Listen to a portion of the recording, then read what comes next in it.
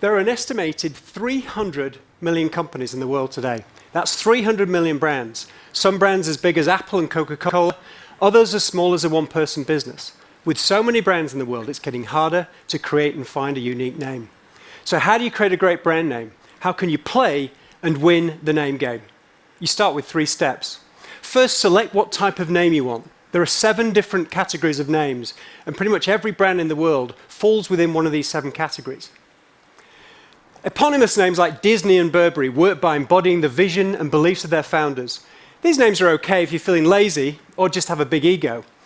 Adidas is more unique. It's derived from Adi Dassler, the company's founder.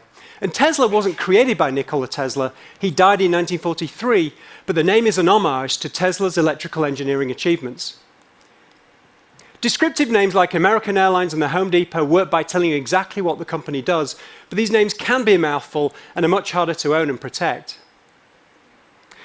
Acronyms like GE and BP are just shorthand versions of descriptive names. Some acronyms are more strategic. Kentucky Fried Chicken switched to KFC because fried chicken didn't sound too healthy. And the Hong Kong and Shanghai Bank changed to HSBC to help the bank expand globally. Real words like Uber and Slack are ripped right out of a dictionary and suggest attributes or benefits. Uber literally means an outstanding example, so it works well for a company with big, broad, bold ambitions beyond ride-hailing. Now, real words might seem like good ideas, but in a world of 300 million companies, it's getting harder to find a name. It's hard to find any real words left in a dictionary. Composite names like Facebook and Ray-Ban are created by gluing 2 words together. These names have a kind of 1-2 punch and can be really memorable. Because it's so hard to find real words, companies like Kleenex and Pinterest have invented names by changing, adding, or removing letters for impact. Now, invented names can be highly unique, but if you're not careful, they can start to sound like pharmaceutical drugs, or worse, the name of a sofa from IKEA. Associative names work by reflecting imagery and meaning back to the brand. The Amazon in South America is the world's largest river, therefore the Earth's biggest selection of books, clothes, content, and so on. Sirius is the brightest star, therefore the radio channels where you can hear the brightest stars of music and entertainment. And Red Bull associates to a drink with bull-like qualities such as power and confidence.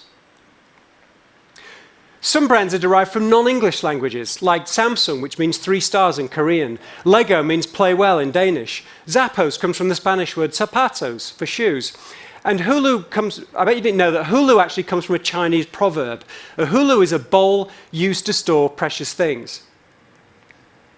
Finally, the 7th type is abstract names. Names like Rolex and Kodak. These names have no intrinsic meaning, but instead rely on the power of phonetics to create really powerful brand names. Okay, so once you've decided what type of name you want, you need to decide what you want the name to say. And look, of course, it's tempting to create names that talk about who created them, or what you do, or where you operate. But the best brand names don't describe. They stand for a big idea, ones that translates into emotional appeal. Nike is about winning. GoPro is about heroism. Apple is about simplicity and usability. And Google comes from the math term. That's a 1 with 100 zeros after it. So that really big number helps support the company's really big original vision to organize the world's information. So as you think about your new brand, think carefully and ask yourself, what's your big idea? The 3rd step is to check the name isn't already taken. You might have to create hundreds of names, perhaps thousands, before you find one that's even available. And of course, don't forget to check the name doesn't mean anything negative in other languages or countries.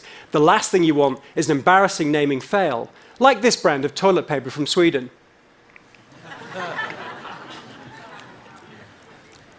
Finally, a few words about Alphabet. The parent company of Google and now one of the world's most valuable companies. Much has been said and written about the business strategy, but I'll say a few words about the name. Is Alphabet a great name? You bet. First of all, the name is an idea. As we all know, an alphabet is a set of letters that forms the basis of all language and communication. Second, the name provides a playful link back to the companies underneath. G for Google, C for Calico, N for Nest, X, and so on.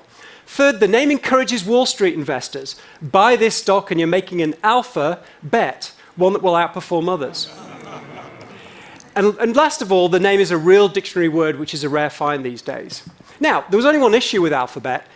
Car company BMW owned the URL alphabet.com. But here's the thing.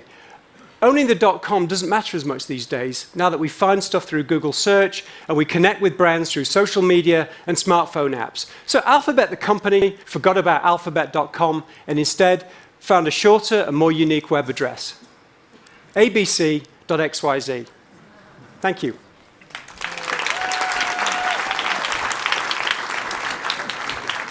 Thank you, Jonathan.